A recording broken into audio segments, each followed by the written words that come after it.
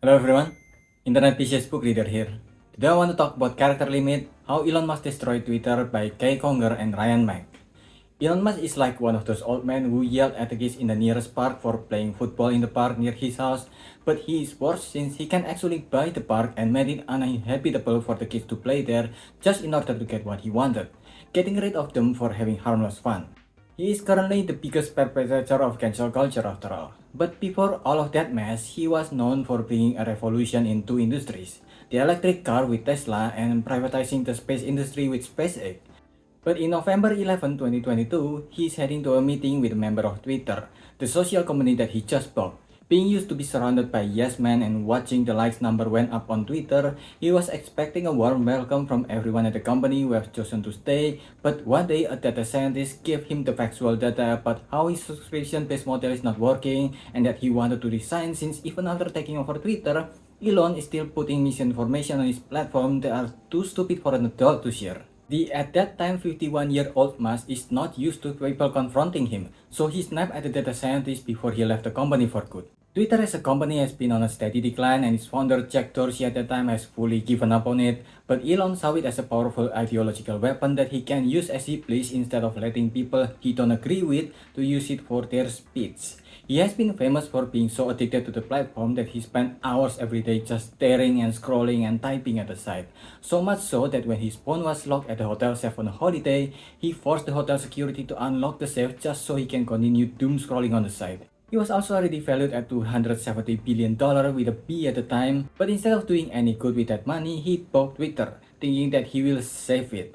But instead what he found is a mirror that changes with him toward the worse as it shows more and more about his limit as a person. But before we go into the mess that it became, let's first go back to before Twitter was founded.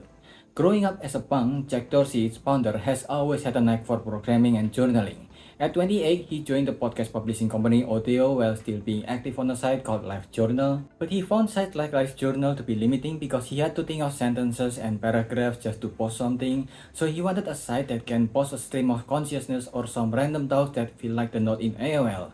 He kept the idea as Audio struggled to find their footing until Apple Podcast launched Guilty. Seeing an opportunity, Jack proposed the idea to Audio's founder, F. Williams and Noah Glass, who found it to be an interesting concept too. Noah thought of it as a twitch or a reflect, and they settled on Twitter, but without the I because it was the trend at the time to not use vowels. It didn't take long for the service to gain popularity, even earning the award for Best Startup of 2007. It had so much more user and traffic than they expected that they crashed so much and a meme was born out of it, the fail whale.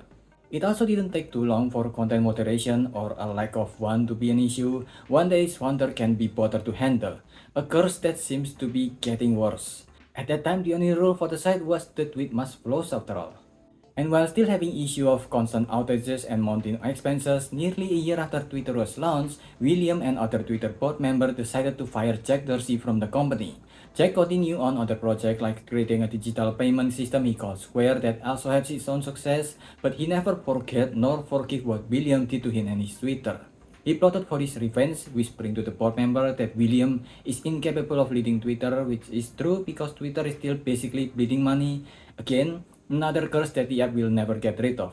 But it's easy to blame it on someone, and in 2010, Jack's plan came to fruition. He got rid of William and returned to his seat of power. Later in 2013, the company that has lost $70 million that year alone went public and was estimated to be worth $18 billion.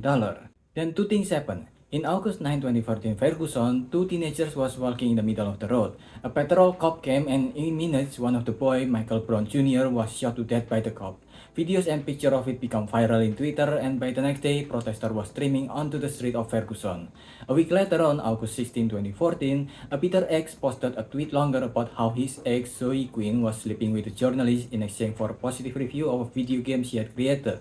Despite the questionable source of information, the tweet caused a harassment campaign of rape and death to Zoe Quinn and a ton of female gamers at the time that resulted in the Gamergate event. The Ferguson shooting event led to Jack Dorsey joining and tweeting the protest along with other journalists and protesters, and they supported each other while they were out in the street of Ferguson. Meanwhile, the Gamergate tweets show how much the opposite of it can happen, an instant spreading of misinformation that empowered anonymous accounts of spreading hate, even going as far as doxing that resulted in a much more personal death threats. In just a month after the initial tweet, hashtag Gamergate has been used more than 1 million times. While Jack was to increase on his Stay Woke campaign for the Ferguson shooting, he ignored all the hate and abuse that is ongoing on Twitter. There was even a leaked memo from the CEO at the time, Dick Costolo, admitting how bad they are at handling the trolls before he abandoned ship after being the CEO for 5 years. After that, Jack officially became the CEO. Layoffs a few employees before the end of the year, and closed the year with Twitter losing $521 million. Issue with toxic content and misinformation continue getting worse as countries are now actively involved in spreading misinformation for their opponents. Russia even spent tens of billions of dollars yearly to spread misinformation. One of those years is in 2016, and they become key in helping Donald Trump win the election that year.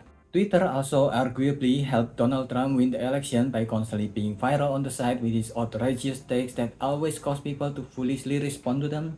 The Democrats, as usual, is quick to blame Twitter instead of the biggest population on America that voted for Donald Trump, causing Twitter to further get into controversy. Jack Dorsey seemingly just woke up and is now aware of Gamergate and foreign interference, at last vowed to steer Twitter into a healthier space. Meanwhile, on July 2015, Elon Musk, 47-year-old at the time, woke up and immediately opened his phone to check Twitter. At the time, he already gained a celebrity status that can be seen from the number of his followers on Twitter, which is around 22 million, but he had such a thin skin that he needed to constantly check if there are people bad-mouthing him. After scrolling for a while, he saw a clip from CNN with Vernon Unsworth that said that Elon's submarine is not going to work and that it's just a PR stunt in Thailand. It's still so early in the morning and he just woke up, but the more he watched, the more furious he got. How dare it is nobody mocks him. Here he watched the clip a few more times and started googling who Vernon is, an expat driver from Britain who's gone to work in Chiang Rai, Thailand, to learn his cave expertise and explore them. He's married to a nail salon owner there, and Elon also googled Chiang Rai and saw an article that said that Chiang Rai was the child sex trafficking capital of the world. And here we see the first of the many examples in the book here that shows the character limit of Elon Musk, the title of the book. After about an hour of googling stuff that supported his view, he started combining them all together and he went back to Twitter making a series of misinformation about Vernon that ends with, "Sorry pedo guy, you really did ask for it." That whole thing started in July 2018, but Vernon is still so rent-free in Elon that his misinformation tweet campaign still goes on in August 2018. He even paid the head of his house office, Jared Birchall, to hire a private investigator to investigate Vernon's life so he could spread a more believable lies about him, which backfired since the PI is a scammer who lied about everything. This is all known during Devon's trial for defamation against Elon Musk, but Elon hired a better lawyer, and in a country where charms matter over fact, Elon won the lawsuit after spreading lies for months against Devon. Elon Musk grew up as the eldest of 3 brothers under an abusive Elon Musk, and as per Silicon Valley tropes, he eventually dropped out of college to do business in early internet, co-founding Z2 with his brother that was later sold in 1999 for $305 million, earning him $22 million in all cash, at that time making records and headlines. He then created an online banking called X.com that will later merge with PayPal for convenience. He wanted to rename the site into X.com, but PayPal already had brand recognition, so it was rejected. They quickly realized that Elon Musk prioritized personal glory over company success, so Peter Thiel, Max Levchin, and Luz Nosek, the guy from PayPal, decided to get rid of him, erasing the X.com name from the company. But Elon still got stuck in it, so when eBay bought PayPal for $1.5 billion, Elon got $175 million, 100 of which he used to create SpaceX in 2002. Then in 2003, he invested $5.6 million to an electric car company named Tesla, becoming its largest shareholder. He is already very rich at the time, but in 2006, when New York Times did a story about the Tesla roadster without mentioning him, he got angry and threw a temper tantrum at Tesla communication department, eventually taking the chief executive role for himself. While Tesla CEO declined because of lack production and unfulfilled promise that they cannot keep again another ongoing curse for the company. But at least SpaceX managed to launch its Falcon 1 rocket into orbit, winning a $1.6 billion contract from NASA. While on a personal level, his life got messier when he got divorced from his first wife, Justine. In 2010, he started to get so paranoid about reporters about their story on Tesla that he kept a list on people who gave them negative review. At the time, he used Tesla blog to correct the reporters, but eventually he moved to Twitter, saying how celebrities like Ashton Kutcher and Oprah Winfrey has already moved there. A parody account of Elon Musk has been active for some time there, but Elon eventually gained the account and lurked for a while there, never posting anything himself until 1 year later, he tweeted something. and it took him another year for his second tweet, which is unimaginable compared to later years, but it was not after that second tweet that he started tweeting more often, albeit a lot of them are more human. It feels like he genuinely have a life outside of Twitter that he tweeted after he left it. But the more he tweets, the more he obviously got addicted to it. And the more addicted he is, the more unhinged his tweets become. There are even people who work at Tesla and SpaceX who have to monitor his tweets to make sure he's not overpromising their products, something that unfortunately he often do. And in January 2012, he tweeted about his divorce with his second wife Tallulah Riley and lied that he was the one divorcing her instead of the other way. And seeing how much people believe him just because of that one tweet, he realized the power of creating his own narrative on Twitter, especially as he gained more followers and more celebrity status. So much so that Tesla and SpaceX, companies worth billions, relied on his tweets for announcing events. But still, it's not enough. Because of his paranoia, he believed that the media is against him and are using bots so their story had more virality than his tweets. He genuinely believed this despite the many likes and retweets on his every tweet every day, which is ironic considering now he really pushes his own tweet as new Twitter register to follow his account and making people not able to block his tweet from showing on their feed. But that's for later. In 2018, none of that has happened yet, but already due to our culture of celebrity worship and how much time Elon spent on Twitter, his followers become like a cult member of parasocial relation who defends him from any criticism and attack people who criticize him, all because Elon spent time on Twitter liking and replying their tweets. He also lied more often and more confidently, one of which led him to getting sued by the SEC, which they won, and Elon had to pay 20 million. But for a guy who had to pay Mark Zuckerberg for blowing his rockets a few years earlier, 20 million is nothing. So no lesson is learned and he kept tweeting zealously. If anything, it only got worse, especially after he won the defamation lawsuit in 2019 against Devon. Twitter itself has been on a steady and quick decline with its stock price dropping 20% in 2019 alone, and while Jack Dorsey kept his M1496 deep cult leader persona on the outside, there are a lot of infighting inside Twitter that is trying once again to take him off the chief executive seat for his management failure. And during a fight for the seat of power for Twitter, this one virus named COVID-19 took over the world by storm. Twitter easily moved to remote work since Jack Dorsey has endorsed remote work since before COVID hit, but the infighting continues. Jack eventually win the battle, but it didn't take long for him to abandon his duty to manage Twitter, whether it's being offline during online meeting or avoiding content moderation by doing only a little bit more than nothing. His new rule was as long as you're popular enough or powerful enough, you can basically do anything on Twitter. Lie as much as you want, spread as much misinformation as you want, and you'll be fine. Even people like Alex Jones, who have been banned on YouTube, Facebook, and Apple for constantly lying about the Sandy Hook school shooting and more, is still on Twitter.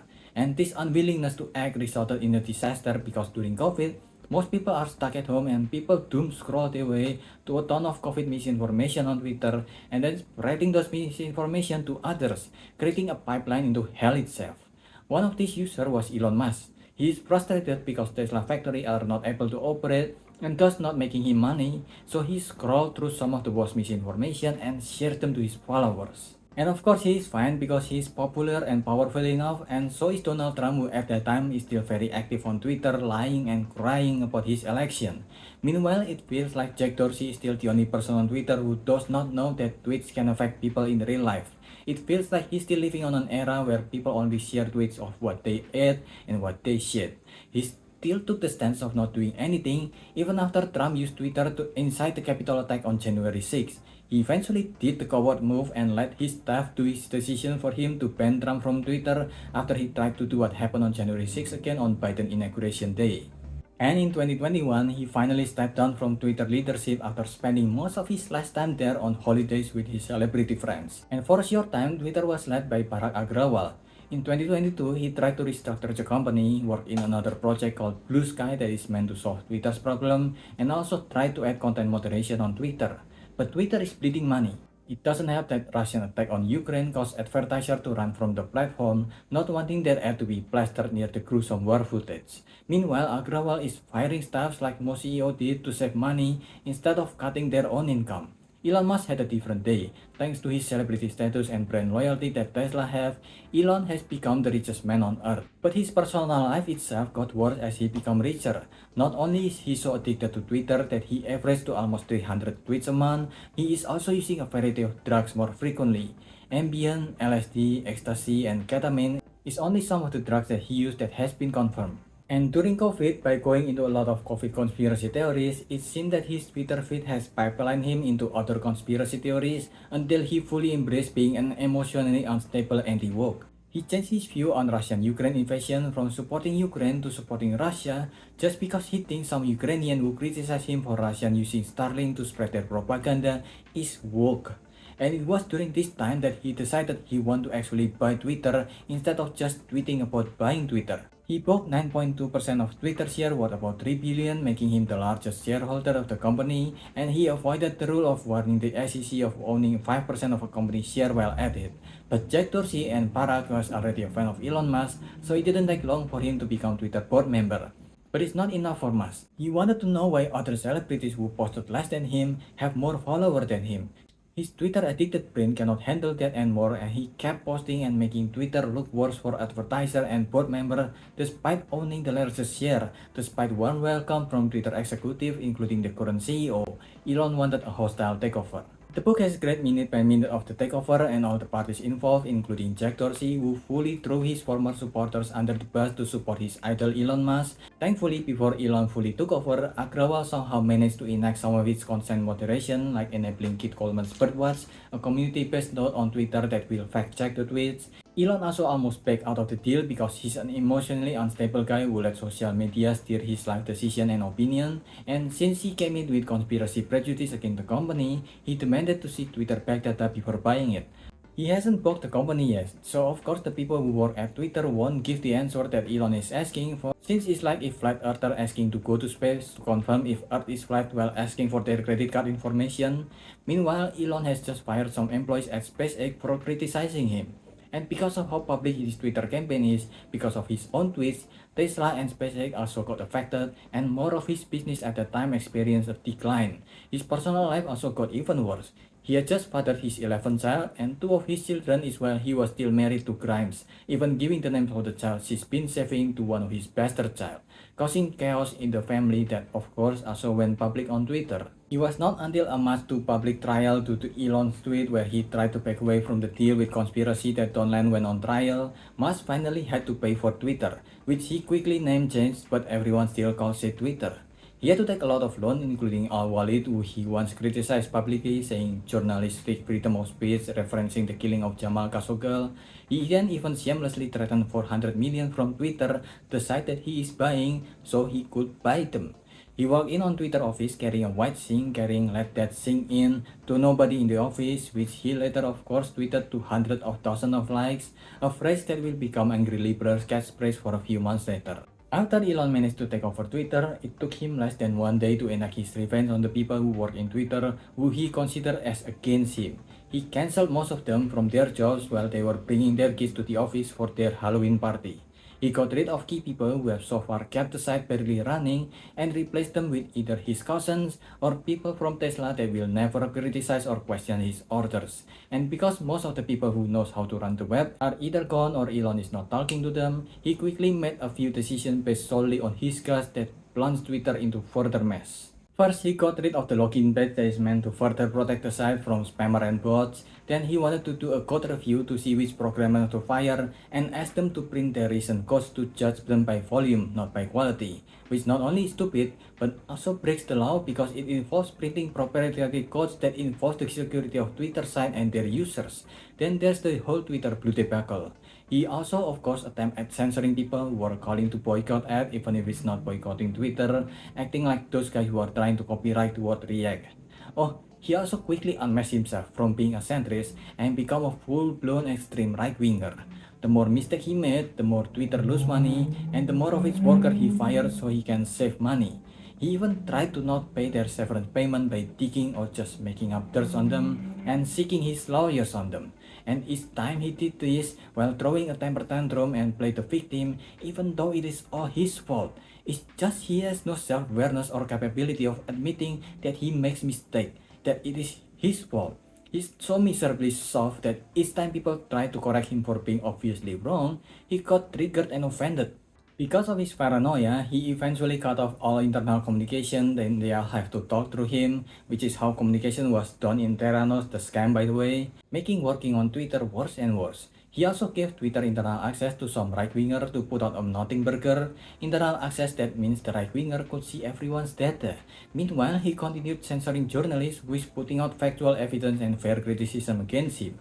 He made so many dumb moves that when the comedian Dave Chappelle bring him out at his show, people booed him. His children who have grown and developed their brain all choose to not speak with him again, that he kept his son X almost 24/7 with him, not giving him a chance to have anyone of the same age as him nearby, and instead of self-reflecting and becoming a better person, he chose the worst option, become more extreme right-wing. He started hanging out with openly neo-Nazi, openly incel, and openly just horrible human beings, some of the worst people of America. And because he's doing it on Twitter, his algorithm changed to reflect on his change as a person. He started showing and promoting a woman getting stabbed multiple times on everyone's recommendation base, even when they never interact with those type of contents. And it's not an isolated incident. More and more of those type of content got worse. When Trump won the 2024 election, your body, my choice, that means that men can do whatever they want to women, are trending on Twitter. When advertisers understandably wanted to avoid all that mess, he blamed them. When people, even those who used to be his fans, started going to competitor side and his view and likes are reduced, he begged for Twitter programmer to check what is wrong with Twitter instead of checking what is wrong with him. He threw a temper tantrum so his posts get more view, and then he made it so you cannot block him, so you will always have to see him in your feed. This is how pathetic the richest man on earth is. He is 43 years old at this time. He's already have at least one foot on the other side, but he still have yet to learn how to handle criticism. He lied on an hourly or sometimes even minute basis now on Twitter. Whether it is on purpose or not, he is spreading those lies and boosting those lies to millions of people on Twitter. Not just his massive follower. Remember that the pathetic cheat code so his post got more view is still active. He has affected the politics of the United States. He is also now trying to affect the politics of other countries.